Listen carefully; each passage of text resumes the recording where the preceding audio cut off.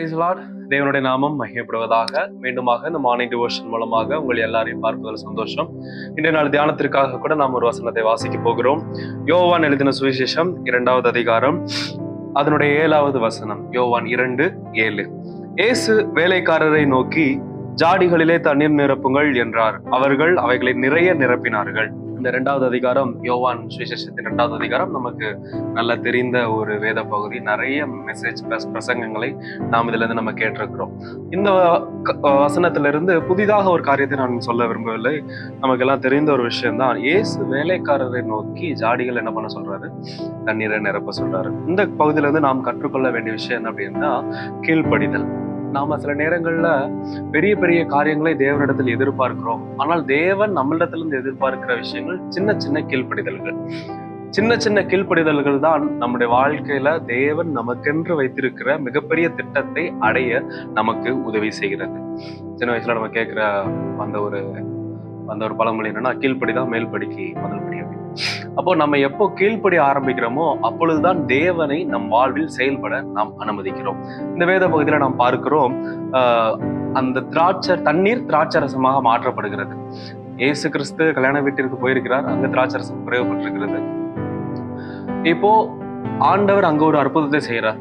அதற்கு அவர் ஒரு காரியத்தை எதிர்பார்க்கிறார். திராட்சை செடி, இந்த கச்சாடிகளை தண்ணீரால் நிரப்புங்கள்.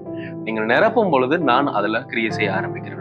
உங்கள் வாழ்க்கையிலும் தேவன் உங்க வாழ்க்கையை ஆசீர்வதிப்பதற்கு, இயற்கைக்கு அப்பாற்பட்ட சில சூப்பர் நேச்சுரல் அற்புதங்கள், மிராக்கிளை உங்க வாழ்க்கையில செய்வதற்கு ஆண்டவர் ரெடியா இருக்கிறாரு. அட் த சேம் டைம் அவர் சில காரியங்களை உங்க இடத்துல எதிர்பார்க்கிறார். இதை நீ செய்யணும், இந்த விஷயத்தை நீ விடணும், இந்த விஷயத்துக்கு நீ எனக்கு உண்மையா இருக்கணும், இந்த விஷயத்துல சில விஷயங்கள் உனக்கு எனக்கும் முரண்பாடா இருக்குது, இதுல நீ கீழ்ப்படியணும் அப்படின்னு சொல்லி ஆண்டவர் உங்க இடத்துல தான் பேசியிருப்பார். இதை பேசுற எனக்கு தெரியாது, வெளியிருந்து பாக்குறவங்களுக்கு தெரியாது. நீங்க எதுல சரியாகணும் அப்படிங்கிறது உங்களுக்கு தான் தெரியும். ஆண்டவருக்கு நல்லா தெரியும். நீங்க இதுல மாறுனீங்கன்னா அவர் தன்னுடைய அடுத்த ஸ்டெப் என்ன பண்ணுவார்? உங்களுடைய வாழ்க்கையில செயல்படுத்துவார். அப்போ சின்ன விஷயமா தான் இருக்கும், ஆனா அதை நம்ம பிடிச்சிட்டு ரொம்ப கஷ்டப்பட்டுட்டு இருப்போம். ரொம்ப எளிமையான விஷயமா தான் இருக்கும்.